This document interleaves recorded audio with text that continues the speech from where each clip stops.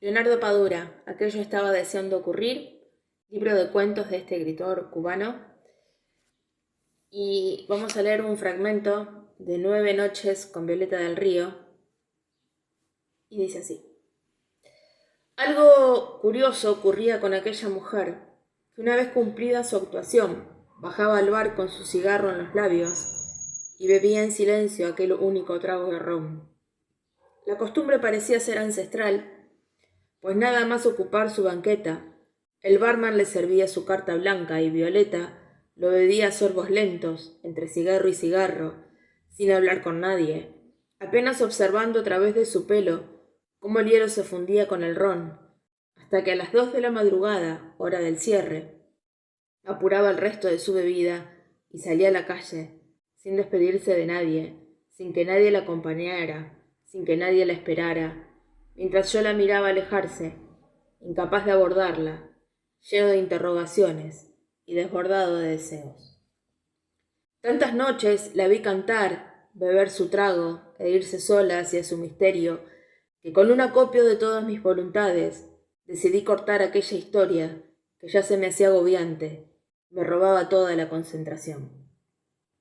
Si mi timidez me impedía hacer algo más que mirarla y oírla desde mi rincón, imaginando desenlaces que nunca me atrevería a propiciar, lo mejor era reencauzar mis expectativas y olvidarme de aquel imposible que ni siquiera debía de saber de mi existencia, que me había convertido en fumador de cigarros y que podía costarme el primer año de la carrera.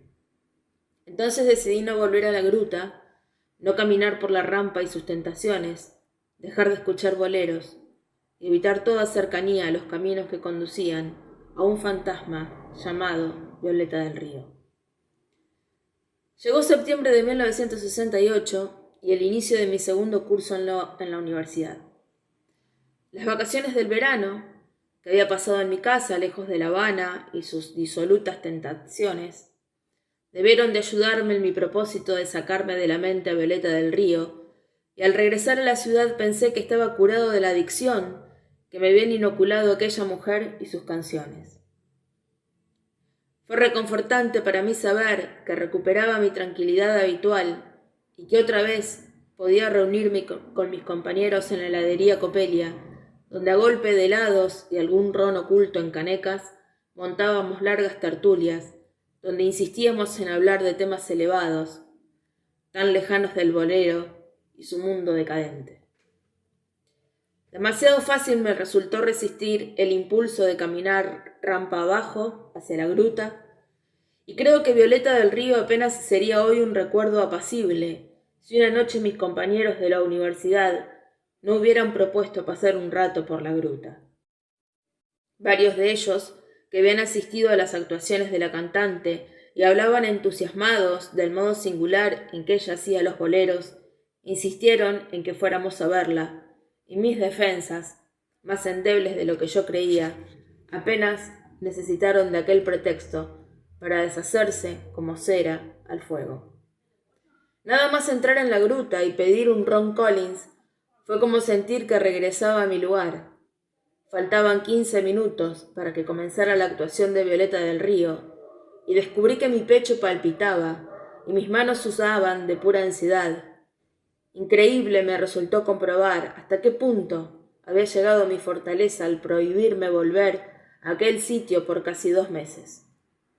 Pero ahora, descontrolado, comprendí también que no debía haber regresado, y tuve la certeza absoluta de mi error, cuando las luces se apagaron y del corazón de las tinieblas brotó la voz gruesa y susurrante de Violeta del Río. Algo inconcebible y maravilloso ocurrió en ese momento. Violeta del Río, que había cantado todo el bolero con su fuerza y despecho de siempre, sin dignarse siquiera mover el pelo que le cubría la cara, acomodó tras la oreja aquella cortina furibunda, y entonces yo pude ver que sus ojos me miraban y que en sus labios se iniciaba el leve movimiento de una sonrisa. ¿Me miraba a mí? ¿Me sonreía a mí? ¿Ella? ¿Violeta del Río? Sintiendo que me deshacía, escuché su programa de esa noche y mientras atacaba al último bolero, les dije a mis compañeros que no me sentía bien y quería irme. Sin esperar respuesta salí, crucé la rampa y tras un sólido Chevrolet Bel Air de 1957, esperé a que mis amigos salieran del club y que se alejaran rumbo a la beca universitaria. Entonces crucé la calle, empujé la puerta de la gruta ya sin portero a esa hora final y vi cómo la dama triste del bolero levantaba su vaso y bebía un sorbo de su carta blanca. «Al fin apareciste», me dijo ella, con el mismo tono susurrante y grave con que cantaba, y recolocó el pelo que insistía en caer sobre su cara. «Pensé que te habías ido. Todos los días se va tanta gente». «No, es que...» Traté de decir algo, pero comprendí que no me era posible, y bebí un trago devastador de mi añejo. «¿Tú te habías fijado en mí?» Violeta no respondió. Nunca respondió a ninguna pregunta. Envueltos en la nube de humo que formábamos con nuestros cigarros, ella miró su trago, con el hielo casi deshecho, y lo bebió hasta el final. «Vamos», me preguntó, o mejor me ordenó, y como si ya esperara aquel reclamo, coloqué un billete bajo mi trago y la ayudé a bajar del asiento. Tampoco puedo olvidar que mi 10ª noche con Violeta del Río debió haber sido la del 2 de octubre de 1968.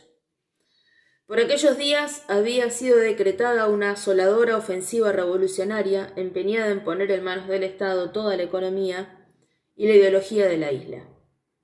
Mientras se había comenzado a preparar una gigantesca zafra azucarera que en 1970 produciría 10 millones de toneladas de azúcar con los cuales, de una sola vez, el país podría hasta salir del subdesarrollo.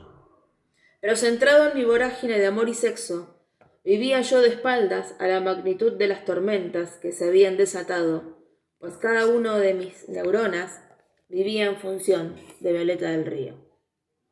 Como las noches anteriores, exactamente cuando daban las 10, abandoné mi cuarto de la beca universitaria y salí en busca de la rampa. Sus luces, sus expectativas y sus promesas, ahora cumplidas hasta niveles jamás imaginados por mí. Faltaban unos minutos para las 11 cuando atravesé la avenida y de golpe caí en el abismo. Los neones de la gruta estaban oscuras y por un instante pensé si no sería lunes, aunque estaba seguro de que era el jueves 2 de octubre. Las luces de la calle iluminaban la escalera que bajaba hacia el club y desde la acera, ya en el borde de la angustia, pude ver sus puertas cerradas y leer el cartel grosero que advertía, clausurado indefinidamente.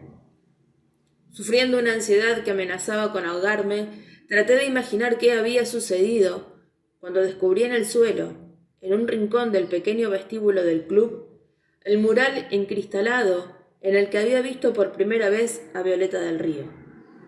Lentamente bajé los escalones y volteé la pancarta, y encontré que el cristal se había deshecho, pero que pegada al cartón allí seguía la imagen de la dama triste del bolero, y el anuncio de unas actuaciones que ya nunca se repetirían. Con todo el cuidado que era capaz de pedirle a mis manos temblorosas, desprendí la foto y huí de la gruta como si hubiera robado un banco. 18 días de investigación y la muerte de mis zapatos me llevó llegar hasta la terminal de la Ruta 68. Mis esperanzas de encontrarla eran cada vez menores, pero una luz de aliento se encendió cuando en la propia terminal pude dar con el chofer que habitualmente cubría el turno de la madrugada de la 68. El chofer, un mulato de unos 50 años, desaparecido hasta entonces por estar cumpliendo un castigo en el patio de los ómnibus, reconoció de inmediato la foto y me explicó que Violeta viajaba con él hasta la calzada de Dolores, donde hacía transferencia con la Ruta 54 hacia el barrio Lawton. Pero el hombre tenía otra noticia para mí. Todos los artistas de clubes y cabarets habían sido enviados a sembrar café en el llamado Cordón de La Habana. Y varios días atrás, mientras probaba un ómnibus recién reparado, los había visto en el cercano pueblito del Calvario.